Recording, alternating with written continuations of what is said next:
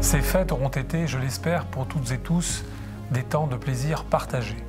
2022 s'annonce encore incertaine au regard du contexte sanitaire, mais le cap est fixé. 2022 sera une année utile pour notre communauté de communes. Nous aurons à répondre à des questions essentielles. Comment, en effet, demain nous déplacer? C'est le sens de cette véloroute le long de l'axe Saône, dont les travaux débuteront très prochainement, viendra s'y ajouter la voie Velle en direction de l'Est dans les prochaines années. Comment également continuer à accueillir de nouveaux arrivants, de l'activité économique? C'est le sens du plan local d'urbanisme intercommunal dont nous commençons à voir la fin. Nous aurons ainsi des règles communes et puis également nous pourrons disposer de zones constructibles destinées au programme locatif, destinées aux accédants à la propriété et bien sûr à l'accueil d'entreprises. Et puis bien sûr, il faut aussi dire de quelle manière nous allons demain renforcer l'achat local.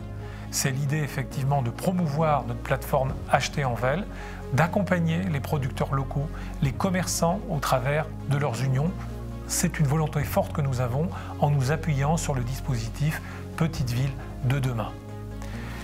Il nous faut aussi être solidaires avec ceux qui en ont le plus besoin. C'est le sens de notre maison France Service, qui accueille dans les démarches de tout un chacun, qui s'est enrichi d'un conseiller au numérique récemment. Et puis nous nous appuyons bien sûr sur les associations caritatives, la Croix-Rouge, Cantoned, qui dispose maintenant de nouveaux locaux que nous avons il y a peu réceptionnés dans le centre de la Samiane à Crottet. Il faut aussi que nous songions à rayonner au plan touristique. C'est le sens des travaux que nous avons faits sur la base de Cormont-sur-Saône en termes d'accueil, en termes de restauration.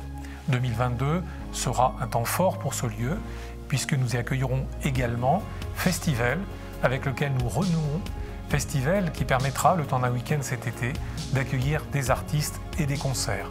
Nous allons également, bien sûr, penser à ces soldats qui, voilà 60 ans, ont combattu en Algérie.